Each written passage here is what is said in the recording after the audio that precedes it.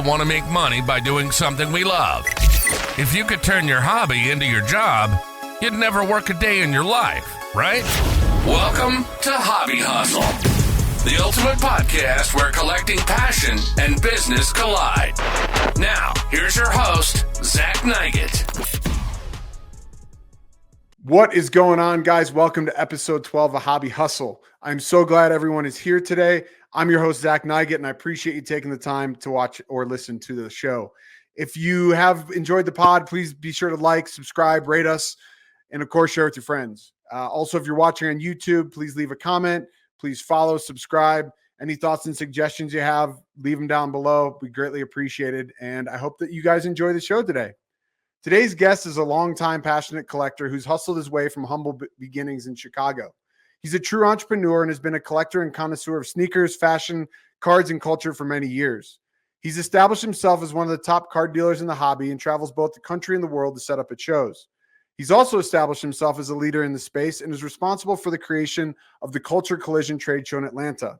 It's a testament to the success, as Culture Collision will be hosting its 5th annual show later this week. You can find him on social at Prizm_Gawd or Culture_Collision_trade show. I'm honored to welcome a friend, passionate collector, card dealer, and show promoter, Raphael Mosley, to the show, the Prizm Gawd. Welcome, my friend. How are you today? Appreciate you, man. Thank you for inviting me, man. Appreciate it. I appreciate you finding time, man. I know you've been super busy, but you know we're excited to have you. I'm excited to have this conversation. It's been a pleasure to get to know you over the years, and you really are an innovator in the space, and I'm excited to sort of share some of that with the audience. So, thank you. You know, with that, Prizm Gawd, sort of a unique name, man. Give us the story behind the handle. Interesting. So I guess when I first got back into the space, the one product that I gravitated to was the most affordable at the time was Prizm Retail. That's funny that was the most affordable. I think boxes were like $130 for retail, and I think hobby might have been like $300 a box, which, I don't think it was the $300. It might have been right around $200 for hobby in 2017. Wow. I can't remember exactly what it was, but I just enjoyed the product. I thought it was really simple. I thought the colors and the variations were really kind of exciting. I did rip a lot more back then, but I gravitated towards like Prizm Golds and, of course, the Prizm Black 101s, of course. And that's the stuff that I liked when I got back into the space. Yeah. So speaking of getting back into the space and collecting, let's take it back to the beginning. Like, tell me a little bit about how you got into collecting and some of those early memories.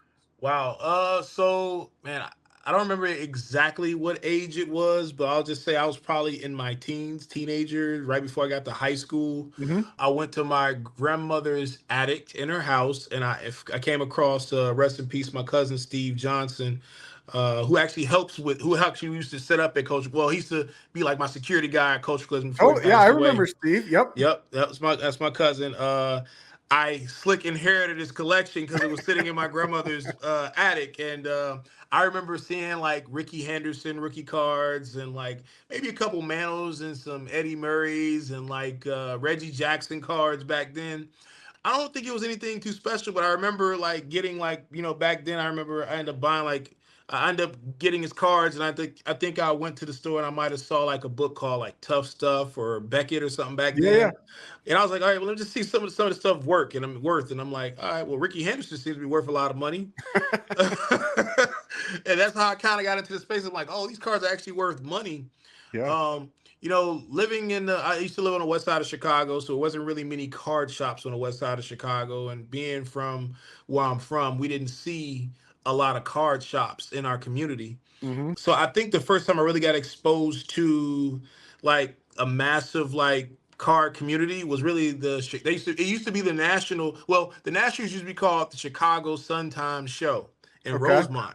Okay. And I remember going to that. My mom took me because after I kind of took an interest to getting into cards, my mom took me to the Rosemont show for the first time ever. And I remember seeing like Michael Jordan rookie cards and stuff like that. I didn't really know, honestly, I really didn't know what I was looking at. Totally. But I just remember Michael Jordan rookie. I was like, oh, I've seen that before. That's a Michael Jordan rookie card. I can't afford it though. So but it's cool. It's nice looking. So that's how I kind of got back. And this is my earlier years getting into the space, like totally. And I guess fast forward into the part where I get to high school. Getting in high school was kind of weird. My freshman year, I didn't do cards at all. Sophomore year, I met these guys. One of my best friends, childhood friends, named Jesse Howard. He passed away as well. Yep. He's actually responsible for bringing me back into the space. He's responsible for literally hounding me every day, man. You need to buy Giannis. You need to buy Giannis. I'm in college, by the way. I'm in college, so I'm like, bro, buy Giannis, bro. He's like, bro, it's $1. Like, I'm gonna buy beer and girls. Like, I was like, well, no. Like, for me, I'm like, buy Giannis. He's like, bro, his rookie cards or base cards are $1, bro. Trust me, buy them for $1. I didn't listen, by the way. I remember buying Rudy Gobert because that was one of the other guys he told me to buy. And then I'm a Bulls fan, so being a Bulls fan, I had to stick with Meritic, I think is what his name. Nikola Meritic, I think is what his name is. Yep. And he actually had a good run, but he didn't do what Giannis did. Correct. So it's safe to say I should have listened to my best friend, man, Jesse. He was always really good at picking the right ones to go after, and it kind of taught me, honestly, for the most part, he taught me everything I know. That's awesome, man. I unfortunately never had the opportunity to meet Jesse, but I've heard from both you and a lot of others in the space what an incredible person he was, and sort of an influence on a lot of people, man. So I'm sorry that we lost him way too early, it sounds like. Yeah, he definitely gone too soon, very much missed in a lot of different ways, man. He like I said, there wouldn't be any Prizm Gawd if it wasn't for Jesse, because I promise you, going through some of the things I had to go through during dark times of my life, he was like, man, bro, just do cards. It's so simple. Just do cards. You'll be fine. Well, he's a little bit of a prophet, right? A little bit of a prophet. Honestly, he was. A lot of people don't realize that. Like, I think Wiz, he used to always call me like a prophet. I'm like, bro, I got a lot of my tactics from Jesse. Jesse was the guy. Trust me. That's awesome. That's awesome. Yeah. Well, speaking of sort of evolutions and changes and stuff, I guess you come from, like you said, humble beginnings and not knowing, what all these cards are, seeing a Jordan rookie, not being able to afford it, to you have a pretty impressive collection across the board. So can you tell us a little bit about sort of how your collection's evolved? Oh, man. So, I mean, because I know you said we kind of talk about a little bit more than just sports cards, and it's kind of a definition of who I have become. Well, I feel like I've always been that way. I've always been into fashion. I've always been into sneakers. I've always been into collectibles, all things collectibles, whatever that looks like. So for me, I could afford sneakers before I could afford cards, because when you get intimidated when you go to a card show and you say, "Oh man, $5,000." Well, I guess it's worse now if you're new. It's definitely worse. When I first got into the space, I'm like, all right, Jordan rookie card, $5,000. Okay. I definitely can't afford that at 10, 15 years old. And I don't remember what I was really chasing back then. I think back in the day, I used to rip a lot of product when I was in high school. When I was in high school, I used to go to a shop in Chicago. I think Dale used to be off like 95th and Kedzie when I was growing up. Me, Jesse. And that's how me and Jesse and Ryan met. I used to go to that card shop, and we realized we went to the same high school, and then we started going to the card shop every day after school. That's awesome. So like literally, my mom didn't necessarily notice, because here's the thing: back in Chicago, like my mom used to give me a couple of dollars for a train ride to get home. So like I got out of school, high school, I'll catch the bus, and I'm going home. But the trick was, when you buy a 3-round trip or whatever it's called on CTA, you used to get 3 rides. So instead of me just taking 1 ride home, I was like, I'll take 3 rides. And long as I had 2-hour window to be able to go to the card shop and, hang out with them for a little bit, then catch the bus and go back home. So it was literally 3 trips, because 1 there, 1 up, 1 around, just to be able to go and go to the card shop. So that used to be a fun thing I used to do after school. I learned a lot from them. But being a collector, like sneakers was one of the biggest things I could do back then. Sneakers were a lot more affordable for a lot of us, man. I mean, $100. And then the cool thing people don't realize with sneakers is there's utility. You get to not just buy them, you get to wear them too. So you got the Jordan 1s in the back right there, right? Yeah. So there's a story for those, and people, people that are privy to the sneaker community know the story, and how band 1s came about, and how bred 1s and Chicago 1s and all these other terminologies that people will use. Of course, one of the biggest collaborations within the last 10 years is Virgil's collection. Virgil's collection, his impact, his impact in the community of sneakers, and not just sneakers, fashion, right? Kanye's another guy who's a big mogul in all facets of not just music but fashion as well. Who's also, Just Don's another guy. So it's a lot of people who've influenced the collectible space, not just in sports cards. I mean, these guys have, well, Just Dying did a collaboration, I think, with Topps a couple of years ago too. So these guys are getting into more than just sport. I mean, just fashion. They're doing a little bit of everything. So sneakers is one of the things I collected. I don't think I really got into pop culture dolls and like toys like Call stuff until like probably, man, my adult years. I really couldn't afford a lot. So Yeah, totally. for a long time, I couldn't afford a whole lot. And I think now I've gotten to the point now as I'm getting older, I'm getting into watches more, especially having a son. My son's 5. So I think now I'm like I bought, I put this little mini collection together. I got him a PSA 1 Jordan, PSA 1 sticker Jordan. Nice. I got a couple nice little cheap, inexpensive LeBrons. So hopefully when I start bringing him to shows, he'll start saying, "Oh, I got that one, Daddy. I got that one." I'm like, Totally. "Yeah, you do. You got it." Yeah. And then hopefully update you when you get older. You can't sell it. You can sell it once you upgrade it. You gotta upgrade it, and then you can get rid of it. Then just to kind of like get them. I like that. That's a good rule. Yeah, you can't sell it, but you can upgrade it. So that's the only way you can really do it. You can trade up and get into something better if you want to get into something better. But I see what the hobby can be for the youth and for the children, man. And me being a Black person in the space, having my son to be able to have an opportunity to be in it is important to me too. So I don't know, man. I kind of talked all over the place. It's all good, man. No, but I think the point is that, like you said, your collection has evolved, right? From just some cards and ripping some cheap packs and stuff, and like you said, fashion and sneakers and different culture. And now you're helping raise your son. It's funny. My son he's starting to get a little bit more into cards, but he's always loved DeMar DeRozan. So he and I have fun trying to find and put together the DeMar PC. So basically, anybody has any cool DeMars that they want to send my way, man, we'll get them to Watson.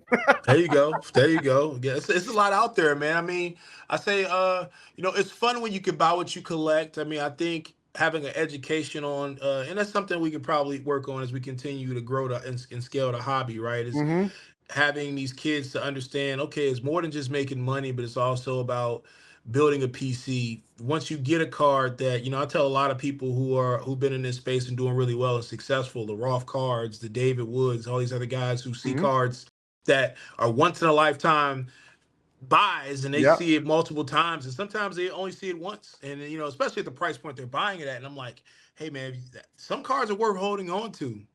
And like once you figure that out, and like, and the faster you figure it out, the better. Yeah. I mean, there'll be some stuff that you can buy. Like you can buy a Topps Chrome Refractor LeBron 100 times, and it'll never get old.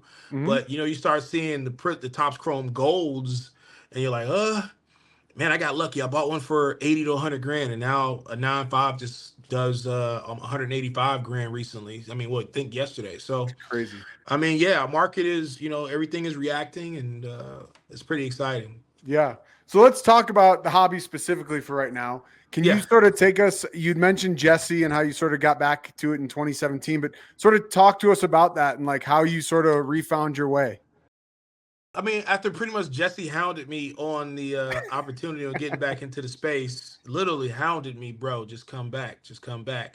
I went through a bad marriage. Okay. Went through a bad marriage with my son's mother, which technically led me towards like, hey, look, if this is not working out, I might as well focus on something that makes me happy. And at the time, it was ripping packs. It was talking to people in the community. It was hanging out with my best friend, Jesse. And I remember I bought a case of Prizm retail, and we went to breakfast. And that was like right around like, some bad stuff had happened, because around that time too, around my going through that bad marriage, my mom had just found out she had lung cancer. So I was dealing with a whole lot. And I think a couple years before that, I just lost my brother. So just lost my brother. He just, was murdered. And then just finding out in the middle of a bad marriage that my mom has lung cancer. And literally I recall, and it's all credit, shout out to Jesse, man, rest in peace. I keep, putting it out there. But my mom called me and she said that she could not breathe and she was on the ground. Oh no. And I live in Atlanta and she lives in Chicago. Imagine getting a call from someone you love and they tell you, hey, I don't know what's going on. Can you help me? And you can't help them. So the one person I called was Jesse. Jesse was there in 10 minutes. Jesse went there and helped my mom, took her to the hospital. And from there, my cousin Steve, rest in peace, went to go check on her at the hospital after, Jesse sat there, and did what I couldn't do, Yep. because even at that point, I can't necessarily say I was financially really stable to really make any moves to do what I really wanted to do. So he helped me out and he pushed me there. But like, man, I'm sorry, I went all over the place again. No, But it's all good, man. But it's, like the fact is, it sounds like that the hobby was like an awesome escape for you, it to be able to was. not have to focus on maybe some of that really tough real life stuff. Yeah, and I think that's really what, at the end of the day, that's what I'm kind of leading into. Is I had so much real life stuff going on. I felt like, and I think for a lot of people, it's a break from reality. It's a world that we've created for ourselves to be able to enjoy. Mm-hmm. It's not just a financial aspect of it, even though the financial aspect of it is very beneficial. But I think it's the chase. I think we like call it the chase. I think at the end of the day, I think it's called the chase. It's like, man, I really want this car. Like, me loving Prizms. I'm like, okay, well, like I remember at one point, if you go to my first early pictures of on my page, you'll see that I had like probably 12 Prizm Gawds of the Wow. 2017 class. The only ones I was missing was Donovan Mitchell and Jason Tatum. Everybody Wow. else I had. I had a moment to get Jason Tatum, but my current wife, was like, "No, you can't buy it." I think it was sold for like 6 or 7,000. I was like, "Babe, this is a good deal." Now you can't find it. I mean, I think that car probably sold for like 60, 70K. And I mean, at the end of the day, if I held it that long, I still would be fine. But Sure. man, but it was definitely a great escape to be able to get into the hobby and learn and engulf myself into the space, figure out the analytics, figure out ways. Honestly, earlier, I don't think I was really focused on the financial aspect of it. It's more so just trying to understand it. Mm-hmm. I think that's really where my mind was at. Like, I just need to try to figure this out, and I felt like Yeah. I was close. Yeah. So Yeah. Totally. yes, So speaking of figuring stuff out, like, obviously we'll get into some of the show promotion stuff later, but yeah. you've been a top dealer, like traveling the country and the world, setting up at shows. So maybe tell us a little bit about what that's like day to day and sort of what that entails. Well, man, day to day for life on the road. It's very stressful, very frustrating, but at the end of the day, it's very fun. You get to meet new people. I've met people all over the world. I've done deals with people all over the world, every caliber of person, anywhere from a CEO of a company to, Mm-hmm. and some of these people are well known, to even entertainers, Mm-hmm. athletes. I've been blessed, and that's another thing I love about this space too, is you don't really know who you're dealing with a lot of times. And bro, I'll never forget so many. I mean, I get so many nice engagements from people that I've met, lawyers and doctors, all type of aspects of life, man. A lot of times, if we didn't have this common ground, then we probably wouldn't even talk. Dude, 100%. And I think it's unique in that way, man. Like, not to say other, niches and verticals and stuff don't have that, but like the Yeah. hobby, like you go to some of these shows, you could be standing next to literally a multimillionaire or billionaire, Yep. and then you're standing next to a 15-year-old kid, and you're standing next to a guy who, has a bunch of commons from 1980 and has $10 in his pocket, but everybody's there and gets along because they love cards. 100%. And like two interesting people, I'll say three interesting people. I'll say, of course, Steve Aoki's one. Sure. Doing a deal with him. Second is Josh Luber. I literally just talking to Josh this morning about his toy that Ghostwrite. just Yeah. came out. The Ghostwriter just came out. Did the drop this week. So I'm talking to him about his product and asking him, and picking his brain and asking him, about ways to get better and further my brand, right? Mm-hmm. And then even I talked to the guy who created the sneaker app.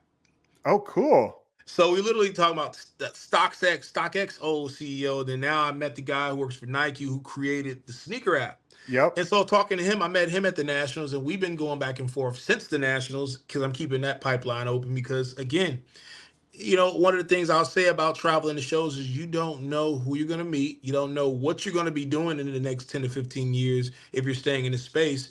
So it's great to keep those relationships and pipelines open because – hey, you never know. You never know. Mm-hmm. I've heard stories from other people, changing careers and going somewhere different that they never thought they would be going because of a relationship they have in a hobby. So Yeah. I think it's an amazing space to be in. Yeah, no, totally. And speaking about sort of going in different directions and stuff, you've now transitioned to a show promoter of a really successful, regional show, probably the largest in the South. Yeah. Can you tell us a little bit more about Culture Collision and how that came about? Well, a couple years ago, my wife pretty much told me I was going to either open up a card shop or do a show. I thought, Foolish of me, I thought that doing a show would be easier, but it's actually harder than I thought. Yeah. Especially when you want to be successful, when you want to be the best, when you want to, push the envelope. I mean, a lot of people in the beginning, when I first started promoting Culture Collision, some people were confused. Some people were Mm-hmm. like, well, I mean, what is it? What are you trying to do? And Mm-hmm. that's okay. Like, I think, especially when you have an idea of what you're trying to do, I think, you know, being able to articulate it, and that's, I think, a lot of our problems when we're being creative is trying to articulate what we're thinking in a way that makes sense to a lot of different people. Because even now, I still fight people like, oh man, you should get rid of the sneakers, you should get rid of the basketball court. I was like, well, you want me to get rid of the elements that I feel like make our show who Totally. we That are? it's unique. I'm Yeah. like, I mean, here's the thing. I want to continue to push those envelopes. I want to be able to get us to the point to where we're big enough to where we have 1,500 vendors and half of them are sneakers. Yeah. Half of, and a proportion of them are comic books. I want to be able to be better at those things. And it may take me a couple of years to get to that point, and I'm okay with that too. Yeah. Because I think the overall, I will say this. I feel like we've been felt in our mission, and a lot of times people have replicated some of those ideas in their own way. And so therefore it means that people are paying attention. And Mm-hmm. I'm okay with that. Yeah. No, I think it's awesome. And I mean, it's coming up. Like it's at the end of this week, right? That's Because correct. this is gonna Yep. air on Wednesday. So Yeah. people will be hitting it on Friday, Saturday, and Sunday. But Yeah. I've been fortunate to be down there for a few of them. I wasn't at the first one, which I wish I Mhm. would have been because that was cool. It was a lot more intimate. But with the Cobb Galleria and everything you're doing, it's just really impressive, Ralph. Like you and the team have done a really good job in putting together just a really cool show.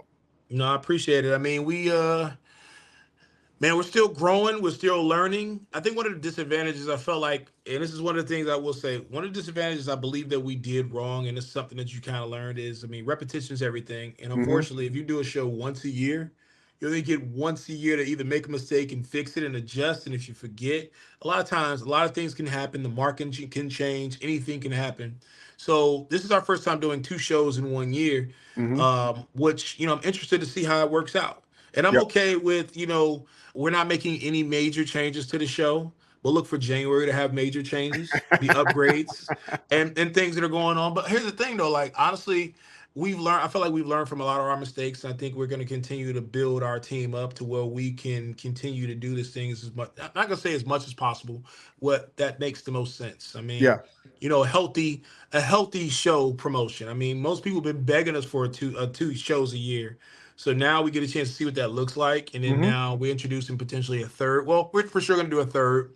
We're looking to potentially take you somewhere else in Atlanta. So we'll see what happens. Very cool, man. That's Thank exciting. you. So Thank you. speaking about that, that's obviously on the road to success and it's been going well. What can you give us some insight on strategies that have worked best and what you attribute this success to? Honestly, I feel like the bulk of our success comes from the team that we have. My wife is brilliant. She's amazing. She's resilient. I Shout out think. Prizm Goddess Joyce. Hey, there you go. Hey, look. So, I mean, honestly, you gotta make sure you put that in there, though. Just so you know, you gotta put that in there. But no, 100%, man. she's definitely all of those things.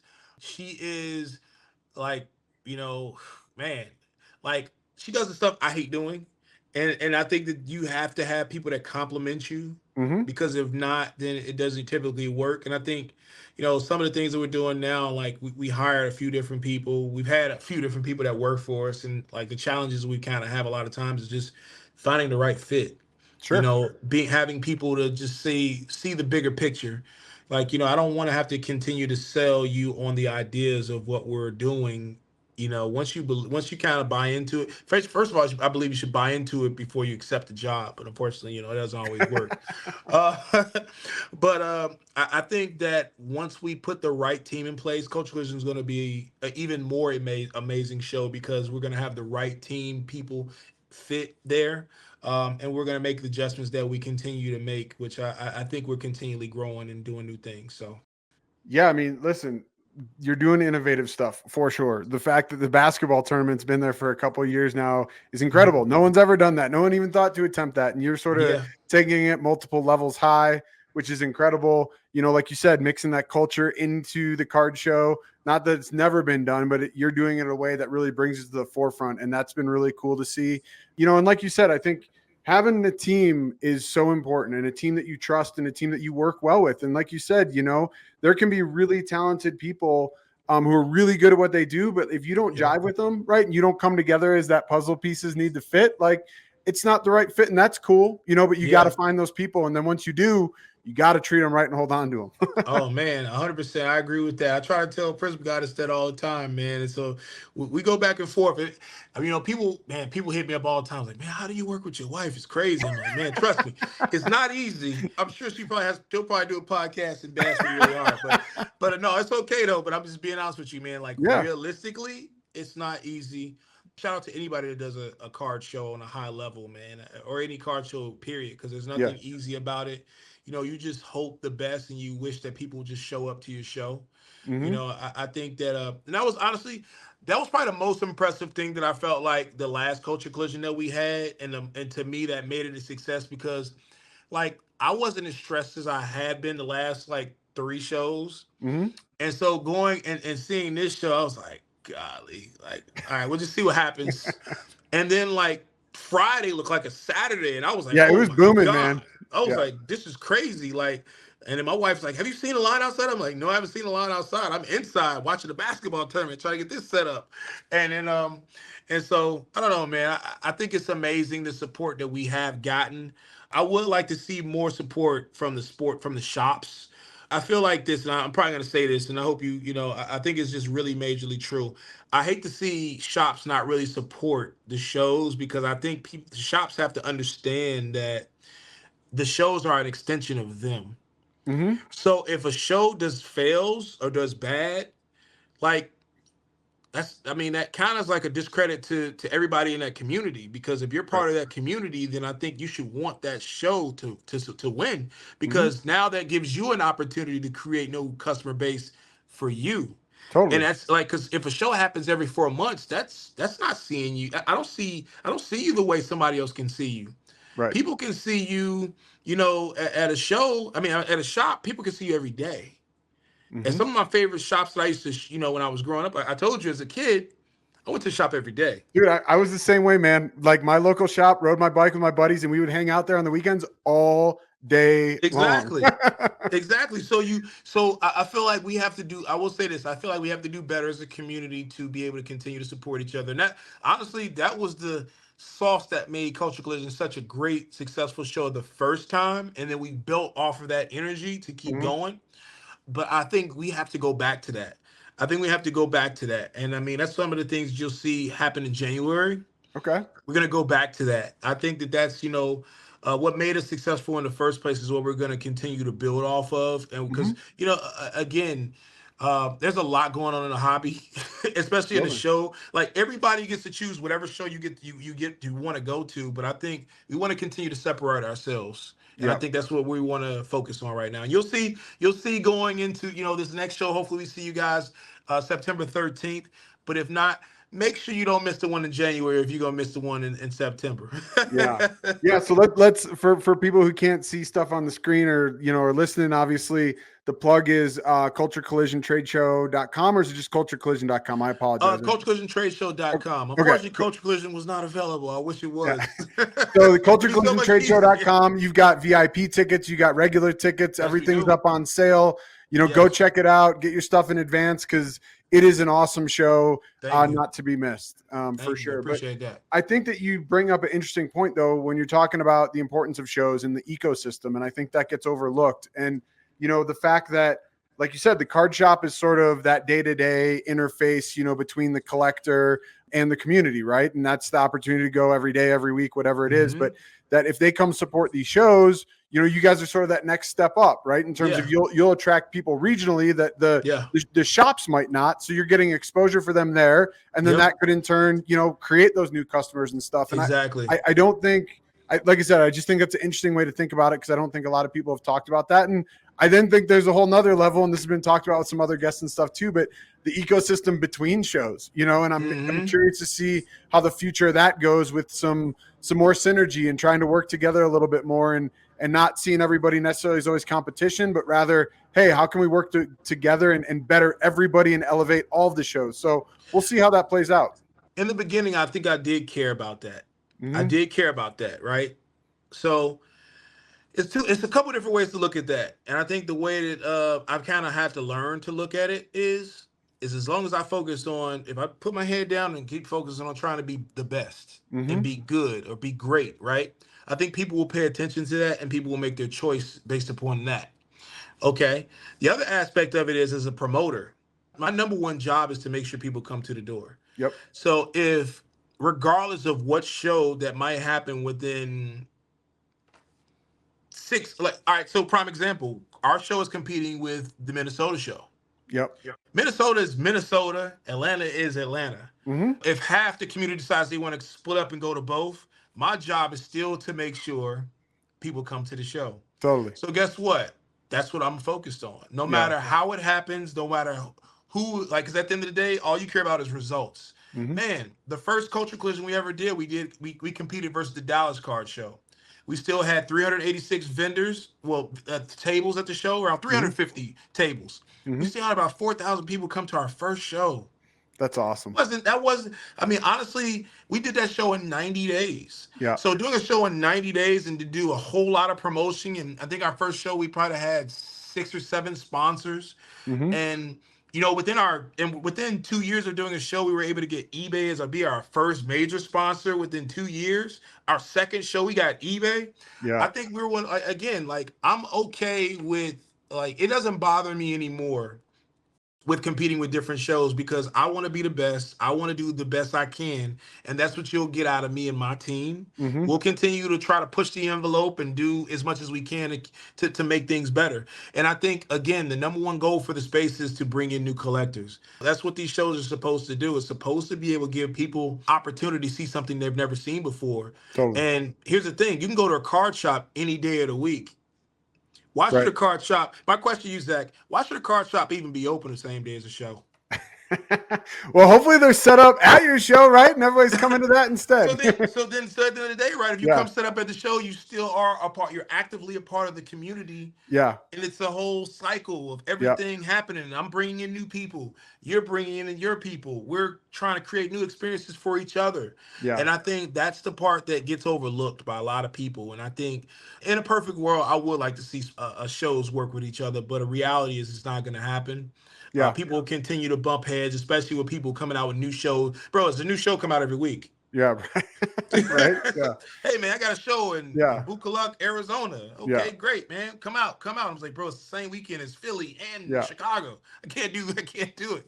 But I think that, again, I'll continue to focus on that and bringing in really purely coming in and bringing in new collectors. I mean, again, we're the first show to get Monster Energy drink to be a sponsor. Yeah, congrats, man. That's awesome. So, I mean, that's a big blessing, man. And honestly, that's been kind of like a 2-year in the making situation.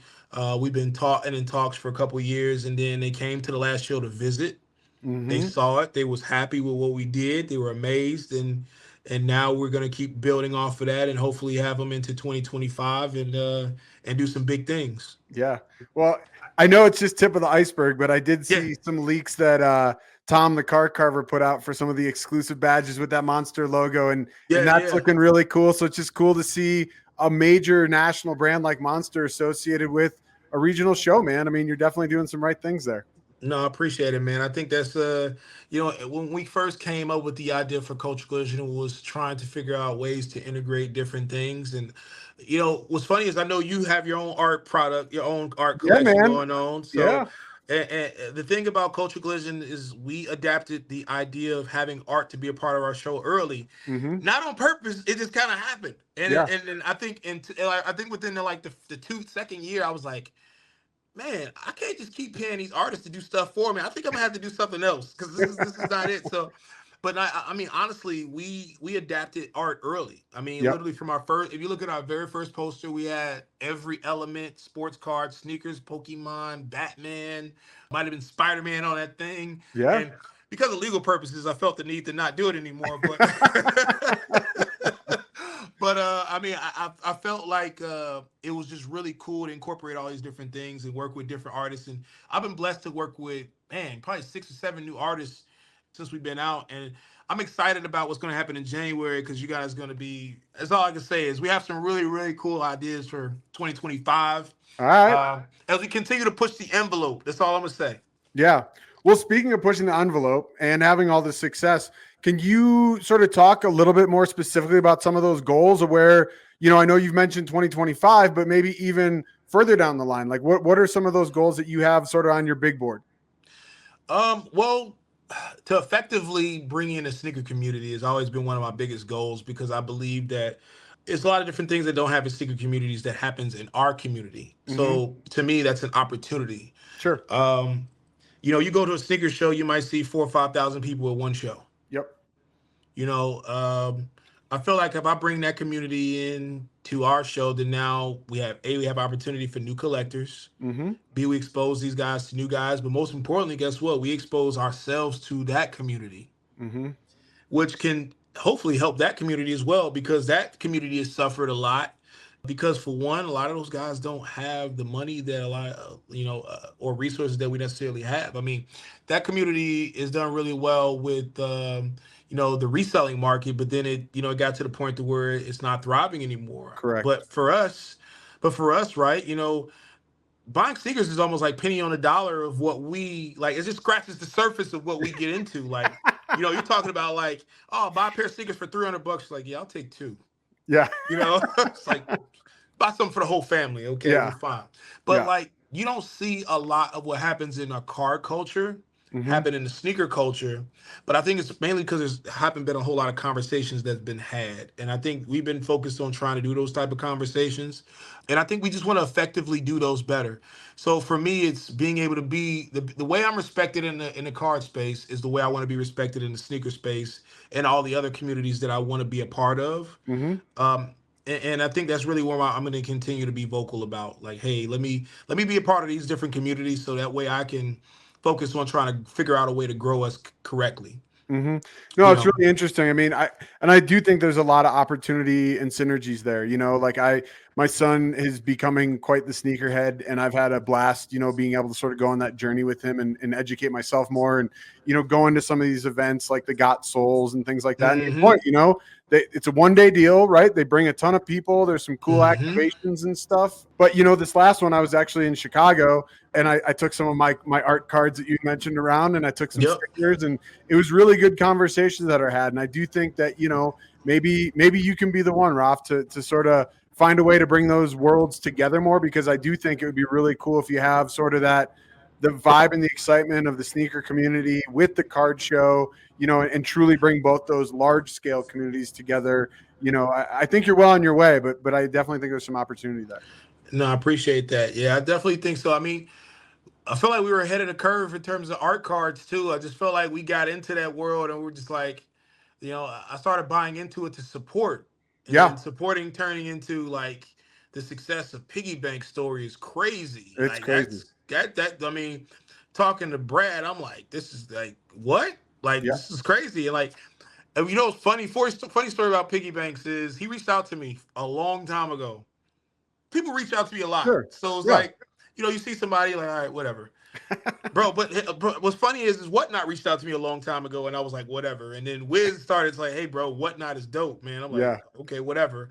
And then piggy bank situation comes up too. I can't remember who started talking to me about piggy banks, but I apologize to Brad. I was like, bro, man, my bad, man. I didn't speak out to you, but man, you got some dope stuff. I love your Hmm. story, and keep going. And I'll continue to support you. And man, we had a good synergy conversation last when I saw him in LA, and Yeah.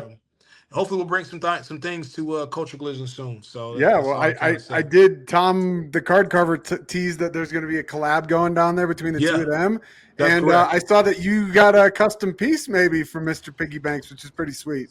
Man, yeah. So it was something. We're actually funny thing is I reached out to him was like, hey man, like pretty much admiring his work. Yeah, I was like, and I was like, hey man, look, I'll pay you for a piece. I really want to do a collaboration with you for my show. yeah, He's like, man, nah.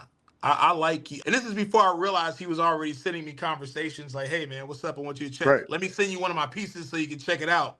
And I'm like, whatever. Not putting two and two together. And what's funny is I met him at the Mint Collective, and Hmm. it didn't click. Sure. And then later on, I was like, dang man, this dude's actually really dope. So, man, like honestly, like I said, like I feel like what he's doing in the card art space is a great opportunity for people like you, Zach, Mm-hmm. Tom, Mm-hmm. and there's many other people who are in the card art with Oh, there's Andy so many Freeman. awesome artists. It's Yeah. Marty McFly, Chuck Styles has it, bro. Chuck Chuck Styles, is doing some awesome stuff right now. man, he's in the Topps Chrome product right now with the Yeah. with the LeBron. It has an auto on it now. Like Yeah. that's like I'm actually looking for that card honestly because I want to get I want the autograph for LeBron and I want to get Chuck to sign it under him. That'd be And sick. so like to me it's like stuff that's happening in the art world is retardedly good, and I'm proud of everybody in that space because I think it's just the opportunity to create new collectors. Mm-hmm. Because people in the sneaker world would love the aspect of the hobby and being able to get into that aspect and then hopefully go from there. Like, oh man, I can get into actual cards too, like regular Yeah. cards too. Yeah. So it's a big world, man. So shout out Yeah. to everybody in that community, and you're included now. You're included I with your appreciate that, success, and man. Thank congrats you. too. Yeah. To your point, what Piggy Banks is doing, the level he's taking it, it also crosses that line from cards into art. And when you do that, that's a whole nother stratosphere. And I think there's a lot of parallels in what you're trying to do with the show, right? And to take it to that next stratosphere and cross those boundaries and start to say, hey, I'm not just a card show. I am a culture show that encompasses all these things. And that's unique, man. And I give you props for being a pioneer in that sense for sure. Thank you, man. It's definitely challenging. Like I said in the beginning, I used to get people that ask me like, why am I doing certain things? And won't you take this out? I literally got email. I can show you emails, man. Can you take the music out? I'm like, yeah, I'm not gonna do that. I'm sorry. Yeah. It's just not gonna happen. Like it's just like asking, going to a sneaker show and you saying, hey, can y'all turn that music down? It's not gonna happen. They're gonna look at you like you're crazy.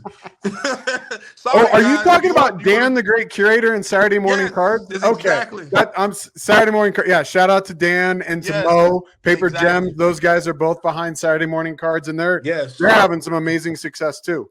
Yeah, honestly, I apologize, guys.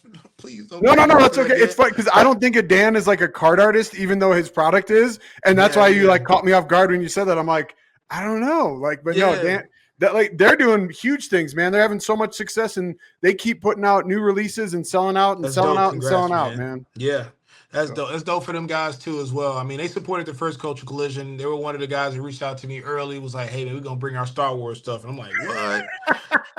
Okay, cool. Bring it. And shout out to those guys and their success as well, man. Because I mean, that's what's so dope about the hobby and the community, right? It's so open that anybody can be an entrepreneur and you can learn so much. And you don't know where you're gonna be at. You might start off here, and you end up over here, and you're just like, okay, well, cool. It took me where it took me, so. Dope. Yeah. And it full circle, about having the kids in the community and the things and the benefits that the hobby does bring. Talk about being an entrepreneur, man. Talking about learning how to hustle, learning how to walk up to somebody and 100%. Look them in the eyes and talk to them and make an offer and negotiate. And, like you said, it's not just about the money, but all those things are just invaluable lessons that people can learn through this hobby that I don't think everybody always realizes. But once you go to a show and you start to see that, you're like, wow, like there's some really cool stuff going on here. Yeah, absolutely. I mean, honestly, that's why I've had to start posting some of my victories, but also talk about my losses as well, because I feel like you can't just promote just all the positive stuff without posting the negative too. So I have gotten, I have no problem talking about my losses as well. I just try to win more than I lose, but I think it's important to have those conversations because people have to understand there is risk involved. There is livelihood involved, but you have to be uncomfortable. You have to be comfortable with being uncomfortable. And that's the only way you're going to truly get really better. So, yeah. Well, that's actually perfect because, as entrepreneurs, there's good and bad, right? And I think it's important that we learn from both the failures just as much or maybe if not more than the wins. So, absolutely. Looking at that and sort of reflecting, I'd be curious to sort of learn more about what you found is the most rewarding part of being a part of the hobby. Man, I felt like when we first did our first, probably our first couple Culture Collisions, I remember people sending me messages saying, man, like taking pictures with me and then sending me messages online like, hey, man, my son always wanted to go to Culture Collision. I really appreciate the time you gave me. Me and my son was trying to find a new way to bond, and we found it. I've had conversations with people along those lines a few times, a few dozen times. So getting those type of messages are very rewarding. But I felt like the last Culture Collision, being able to see as many people as I saw at that show, it was able to give me more in a pep pep mood. Minus the basketball court not being set up on time, but those are the trials and tribulations, the fires you just put out during the course of the show. Yeah. But the most rewarding, man, is hearing it from people. You know, hey, man, I really enjoyed your show, man. I did really well at your show. I mean, I appreciate it. I'm kind of a little jealous because I'm like, man, I live in Atlanta and I gotta. Because here's the thing, like, I was like, this is probably the one time I feel like I have to go to work. Right. It's like I gotta actually go to work. Like next week, I'm like, you looking forward to coaching? No, not really. I gotta work. Yeah. But it's like it's not this. But hopefully that changes, right? Well, I'll actually be able to set up and be a vendor and actually be more engaging. So. Well, like you said, though, man, you guys have been hustling and you got a small team and you're looking to grow it. And hopefully as the team grows and, you know, in a show or two, you will be able to set up and maybe not have to wear all the hats. So yeah, exactly. That's awesome. Well, Ralph, man, this has been amazing. You know, I know you've had a long week. I appreciate you finding time to sit down and talk with us. But before I let you go, I ask all of my guests to sort of give us the one piece of advice that you would tell either, you know, aspiring collectors or entrepreneurs. What would that be? Don't be afraid to fail and master your craft. I like it. Master your craft. There you go. That's about as best as I can probably give it to you. No, I think it's awesome. And I do think, you know, that one thing that maybe gets overlooked, especially for people coming into this space, is when you say master your craft, there's a ton of education that needs to happen for you to make some of these decisions. You know, you're buying, selling low end stuff, you know, you're not going to get hurt as bad. But as that starts to get up and, you know, there's some real intricacies to this space. So master your craft. That is some good advice. Absolutely, man. I appreciate it, man. Thank you. Yeah, I like that. Cool, man. Well, let's give one more sort of shameless plug for Culture Collision. I've got it on the screen here, but for people listening, thank you. Tell them where they can find you and what's going on this weekend. Well, this weekend is September 13th in Atlanta, Georgia, right next to the Battery. Come out to Culture Collision Trade Show. This is our 5th show. We've been out for about 4 years, but this is our 5th show. I look forward to seeing you guys there. If you see me, stop me, smile, give me a hug if you want to. I get those too. But I appreciate all the support of the hobby and the community, man. We just want to continue to make the show space better. We want to continue to be a leader of the show space too. So hope you guys come on out. We'll make you guys proud. Thank you. Cool. And once again, guys, you can find Raph personally at Prizm_Gawd, Gawd. You can find Culture Collision Trade Show on IG or social at Culture_Collision_Trade Show, or go to culturecollisiontradeshow.com to get your tickets, because there are VIP regular tickets. All the info, everything you need to know is on that website. Yes, thank you very much. Appreciate that, Zach. Yeah, of course. Raph, this has been amazing, man. It's always good to talk to you. I've really enjoyed getting to know you over the years and hear about your journey, you know, as a young collector to car dealer to now large show promoter. You've given us some amazing insight, and I'm really excited about the next generation of hobbyists, hopefully, that you're inspiring, man. So I'm excited to see you guys in Atlanta this weekend. I'm coming in for a quick trip, man, but I'll be there Friday, Saturday. So excited to see you and the crew, and I wish you guys the best of luck. And thank you for coming on Hobby Hustle, man. Thank you, man. We're going to have you jacked up on Monster. I'm looking all day long. All Monster all day long. From the I love it. I love it. I love it, man. Well, hey, be well, and I will see you in Atlanta soon, man. Thank you. All right, one more thing. More thing. Make sure you guys come out to my Prizm Gawd's high-end trade night at the Sheraton across the street from Culture Collision Trade Show. That'll be that Saturday night. You don't want to miss it because we're spending money. You buying, you sell, you trade. Come on out. That'll probably be the one time I get a chance to actually buy some cards. So come on out. Awesome. I love it. I love it. That's great. All right, Raph, you have a go, man. I appreciate you. All right, peace out. Later. Everyone watching, thank you for your time. I hope that you guys learned something new, found some inspiration. If you enjoyed the show, please be sure to follow, like, subscribe, give us a 5-star rating, and of course, share with your friends. The more you guys share, the more people find this. I can continue doing what I love and hopefully bringing you guys a show that you love. So remember, keep on hustling, keep on collecting, and we'll see you next week on Hobby Hustle, where collecting, passion, and business collide. Thanks so much. Hobby Hustle is brought to you by Collector Creative. If you're a collectible brand or company looking for help with marketing, branding, design, or development, head over to collectorcreative.com and drop Zach a line. We'll be back next week. In the meantime, connect with us on Instagram, TikTok, and YouTube at collector_creative. And be sure to like and subscribe so you never miss an episode. We'll see you next time on Hobby Hustle, where collecting passion and business collide.